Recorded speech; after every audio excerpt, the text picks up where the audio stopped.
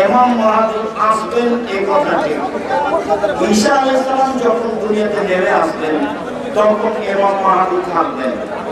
আমি আপনাদের প্রশ্নের উত্তর দিই কয়েক মিনিট। আজকে যে আলোচনা করছিলাম সেটা উপদেশ বই আছে। সাধারণত যেসব আলোচনা করে থাকি তা উপদেশ বইয়ে আসে। গত দিনে করে গেছি কোরআন তেলাওয়াত, ওটা উপদেশ বইয়ে আসে। জামাতবদ্ধভাবে জীবনযাপনে দল সংগঠন কি জরুরি? দল সংগঠন করলে তো আপনার ভিতরে সংকীর্ণতা হবে। তখন আপনার সাথে যে আছে সে হবে ভালো, আর আপনার সাথে যে নেই সে হবে খারাপ। তখন বেকারাই পড়ে যাবে। ইমাম মাহদীর আগমন সম্পর্কে জানতে চাই। 2022 সালের মধ্যে তার আগমন ঘটবে। জি না, এই কথা মিথ্যা। ইমাম মাহদী আসবেন এই কথাটি। ঈসা আলাইহিস সালাম যখন দুনিয়াতে নেমে আসবেন তখন ইমাম মাহদী থাকবেন। দামেস্কের সিরিয়ার বড় মসজিদে শ্বেত পাথরের মিনার দিয়ে দুইজন ফেরেশতার মাধ্যমে ঈসা আলাইহিস সালাম নেমে আসবেন।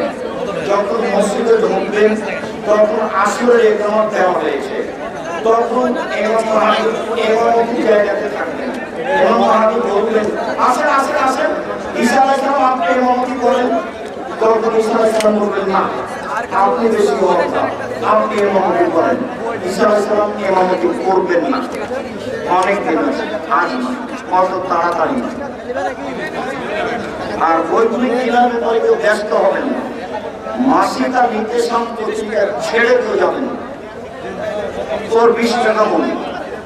জামিয়া সালাফের সাথে সম্পর্ক রাখা, আমার সাথে সম্পর্ক রাখার এটাই বড় মানে। আর জামিয়া সালাফে সম্মেলন হচ্ছে ফেব্রুয়ারি 13-14।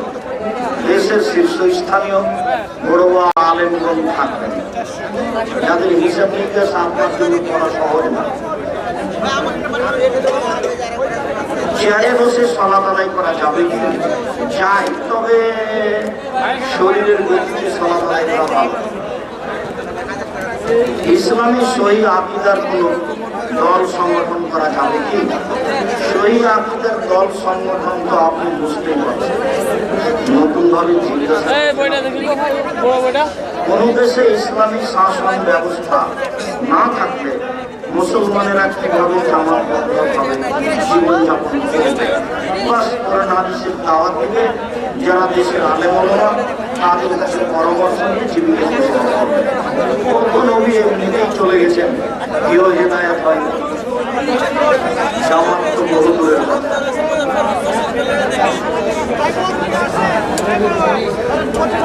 এসএসসি অথবা এইচএসসি পরীক্ষায় A+ পেয়ে উত্তীর্ণ হলে রাজবাংলা ব্যাংক থেকে অনেক টাকা দেয়। এই টাকা নেওয়া যাবে না। কোন মহিলা স্বামীর আনুগত্য না করলে জান্নাতে যেতে পারবে না, কিন্তু স্বামী স্ত্রীকে অকথ্য ভাষায় মারধর করে, এগুলো হচ্ছে স্বামীর নোংরা খারাপ আচরণ ও অভদ্র মানুষ। এরপরেও মহিলাকে ধৈর্য ধারণ করে থাকতে হবে, অন্যথায় সংসার ত্যাগ করতে হবে। কোন বিবাহের অনুষ্ঠানে উপহার অথবা উপঢৌকন নেওয়া যায় না, উপঢৌকন নেওয়া যাবে না। এখন মহিলারা বাইরে বসে থাকে, পর্দা ছাড়া অপর মানুষের বাড়ি যায়। কাপুরুষ স্বামী এজন্য যায়, আর কাপুরুষ বাপ এজন্য যায়। কই আমরা তো বলেছি আপনাদেরকে চলেন বাড়িতে, দাওয়াত তো আপনাকে দিয়েছি।